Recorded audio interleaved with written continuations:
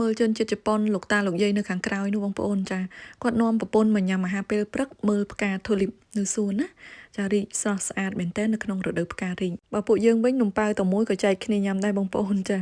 ដោយសារតែរសជាតិហ្នឹងមានតែមួយហ៎ហើយនេះផ្កាធូលីបនៅតំបន់ដែលនេះខ្ញុំរស់នៅចាគេមានរៀបចំដាំជាផ្កាធូលីបជារៀងរាល់ឆ្នាំគឺយើងអាចទស្សនាបានឥឡូវនេះនៅក្នុងប្រទេសជប៉ុននៅសល់តែ2អាទិត្យទៀតទេបងប្អូនអាចឃើញទស្សនវិជ្ជាហ្នឹងហើយវីដេអូនេះគឺនេះខ្ញុំថតកាលពីឆ្នាំទៅចាអត់ទាន់បានបង្ហាញជូនដោយសារវីដេអូច្រើនពេកចាគោលបំណងហ្នឹងគឺថាមកញ៉ាំអាហារពេលព្រឹកផងបានដើរហាត់ប្រាណស្រូបយកខ្យល់បរិសុទ្ធនៅពេលព្រឹកចានៅចកេះភ្នំចាតាមសំណុំពរដែលបងប្អូនចង់ឲ្យនឹងខ្ញុំបង្ហាញសួនផ្កាធូលីបនៅជប៉ុនចាអ្នកចូលចិត្តផ្កាធូលីបអាច share ទុកមើលបានណាគ្រាន់តែឃើញហើយគឺថាឡើងលងអារម្មណ៍ជាមួយនឹងទស្សនវិជ្ជាហ្នឹងចាមើលទៅដូចរឿងតុក្កតាចាហើយសម្រាប់ផ្កាធូលីបនេះស្វាមីនឹងខ្ញុំក៏ចូលចិត្តដែរមកគាត់ចូលមើល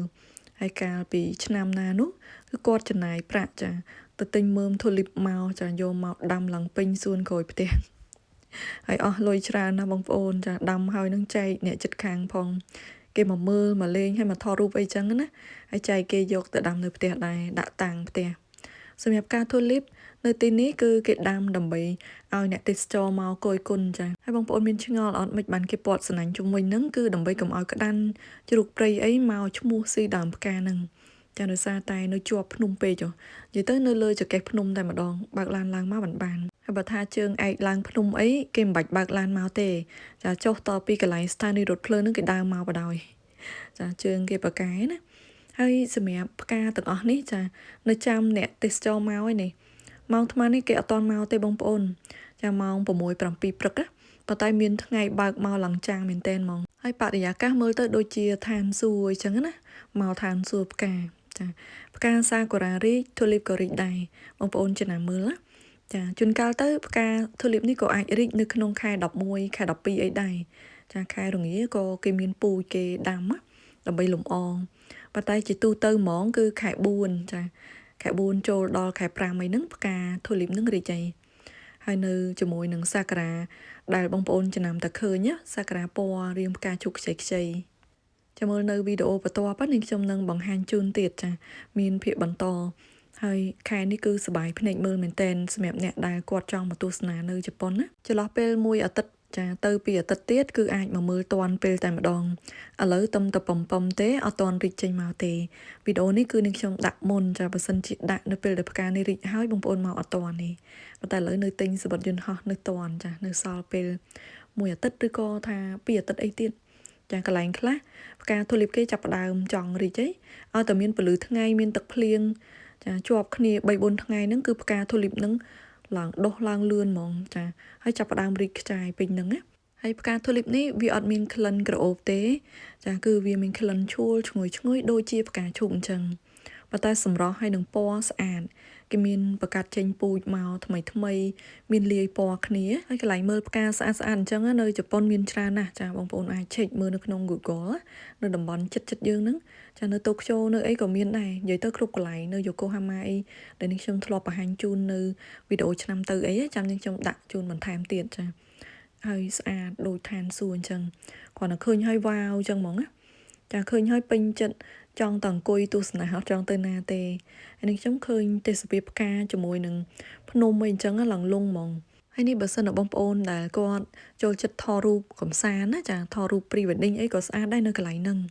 ចាពួកយើងមកកន្លែងហ្នឹងរាល់ដងហ្នឹងគឺថាថតរូបអនុស្សាវរីយ៍ប្រចាំឆ្នាំអីហើយនៅពេលដែលថ្ងៃសៅរ៍អាទិត្យណាចំថ្ងៃគេសម្រាកអញ្ចឹងមានមនុស្សម្នាមកច្រើនបើថាចំថ្ងៃច័ន្ទដល់សុក្រអីអត់សូវទេដោយសារត្រូវជិះឡើងភ្នំមកចាជាទូទៅហ្មងមកអត់ដល់ទេបើដើរធម្មតាចាអ្នកដំណើរថ្មើរជើងធម្មតាគេមកអត់កើនបើថាអ្នកឡើងភ្នំអីគេដើរឡើងមកអញ្ចឹងណាបងប្អូនឬក៏យើងបើកឡានមកហ្នឹងដាក់ផ្ញើនៅខាងក្នុងហ្នឹងក៏បានប៉ុន្តែបន្ណែនពេកគឺយើងផ្ញើនៅផ្ទះអ្នកស្រុកនៅកន្លែងហ្នឹងហ្មងហើយគេយកលុយអញ្ចឹងណាតែគេយក1000 yen អីដែរថ្លៃគួរសមរបស់គេដែរតាហើយបើថាចំថ្ងៃដែលអ្នកទេសចរមកច្រើនវិញណាចាគឺរកកន្លែងចតឡានអត់បានទេបងប្អូនបើកឡានចុះឡើងគឺត្រឡប់ទៅផ្ទះវិញសិនជួនកាលសឹងថាចង់ដើរមកវិញម្ដងទៀតណាហើយនេះមានផ្កាសាគុរ៉ាច្រើនប្រភេទមែនទែនសាគុរ៉ាបងប្អូនឃើញពណ៌ស្តៀងគ្នាមានខ្ចីមានចាស់ចាមានស្ទាប់តិចស្ទាប់ច្រើនប្លែកគ្នាណា ចានេះកន្លែងចតឡានហ្នឹងគឺផ្ទះគេនៅនឹងឯងចានេះដំបងឡើយយើងដើរមកដល់ឃើញលោកតាលោកយាយមកអង្គុយ2នាក់មុនយើងទៀតមកដល់មានអារម្មណ៍ថាកក់ក្ដៅដូចថាបែប sweet ចឹងណាបងប្អូនព្រោះអីមកដល់ស្ងប់ស្ងាត់ឮសំឡេងបាក់សាបាក់សៃនៅពេលព្រឹកឡើងរៀងស្លាស់មុខស្លាស់មាត់ណាហើយស្វាមីនឹងខ្ញុំវិញគឺថាទិញមកហ្នឹងញ៉ាំដល់ថ្ងៃត្រង់ហ្មងមកទៅមិនមែនហាពេលព្រឹកទេជុលកែវគ្នាមួយម្នាក់គឺជាតែទឹកដោះគោហើយម្នាក់ទៀតគឺកាហ្វេឡាតេចាហើយនេះមិនដឹងជាគាត់ទិញអីមកខ្លះទេបងប្អូនមើលទាំងអស់គ្នាមាននំប៉ាវចាហើយនំប៉ាវនៅ 7-Eleven ណាឆ្ងាញ់ណាបងប្អូននិយាយទៅពិបាករកនំប៉ាវឆ្ងាញ់ណានៅជប៉ុននៅផ្សារអត់ឆ្ងាញ់ទេប៉ុន្តែបើសិនជាយើងទៅទិញនៅ convenience store ជាពិសេសនៅ 7-Eleven ហ្នឹងហ្មងនំប៉ាវឆ្ងាញ់ចានិយាយទៅនៅជប៉ុនជាទូទៅគេចាំហ្មងចង់ញ៉ាំនំប៉ាវឆ្ងាញ់ទៅនឹងទៅហើយញ៉ាំឃើញនំប៉ាវពណ៌លឿងមកមួយទៀតហើយនេះចាហើយចែកគ្នាដោយសារតែមានរសជាតិនឹងតែមួយហើយលោកតាលោកយាយនៅខាងក្រៅយើងមើលទៅ sweet មែនតើហ្មងមានក្តីសុខរបស់គាត់ចាហើយកាលនេះក៏អង្គុយញ៉ាំកាលនោះក៏អង្គុយញ៉ាំមានភ្ញៀវទេសចរផ្សេងទៀតគេមកដែរតាគេមកមើលតាំងពីព្រឹកអញ្ចឹងណាបងប្អូនហើយមកហាត់ប្រាណផងប៉ុន្តែគ្រាន់តែថាទីនេះរៀងធំទលាយដែរអញ្ចឹងណាគេដើរចូលដើរឡើងនៅខាងនោះយើងក៏អត់បានថតចំគេដែរនេះចូលដល់វគ្គនំប៉័ងការីម្ដង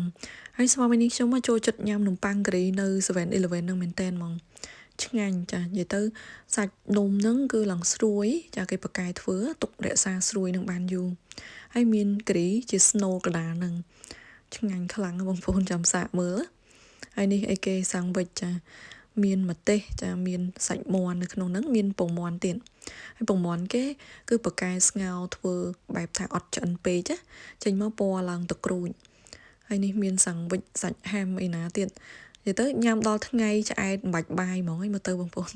ហើយនេះខ្ញុំប្រអាប់តគាត់ទេថាមកញ៉ាំអាហារពេលព្រឹកឬក៏មកញ៉ាំដល់អាហារពេលថ្ងៃតែគាត់ថាញ៉ាំឲ្យឆ្អែតហ្មងទៅផ្កាស្អាតស្អាតអញ្ចឹងយើងមើលបានយូរចាអញ្ចឹងហើយយើងទិញមកច្រើនគួយញ៉ាំបានយូរហើយដើរចុះដើរឡើងនេះគេពណ៌ស្នាញ់អញ្ចឹងទាំងអស់ឃើញទេបងប្អូនប៉ុន្តែនៅពេលដែល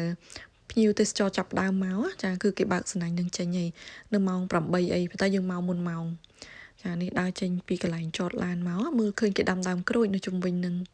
ហើយផ្កាសាគុរ៉ាស្អាតណានេះ Shidare Sakura ចាអរគុណច្រើនដល់ម៉ោងយើងទៅវិញហើយបងប្អូនចាយើងជួបគ្នានៅវីដេអូក្រោយទៀតណាហើយនេះផ្លូវយើងបើកឡានឡើងមកមិញណាចាផ្កាសសនឹងចាប់ដើមជ្រុះអស់ទៅផ្កាសាគុរ៉ាពណ៌ផ្កាជោគខ្ចីនឹងគឺចាប់ដើមរីកមកម្ដងចាមានផ្កាមើលរហូតហ្មងអរគុណជួបគ្នានៅវីដេអូក្រោយម្ដងទៀតចាជម្រាបលា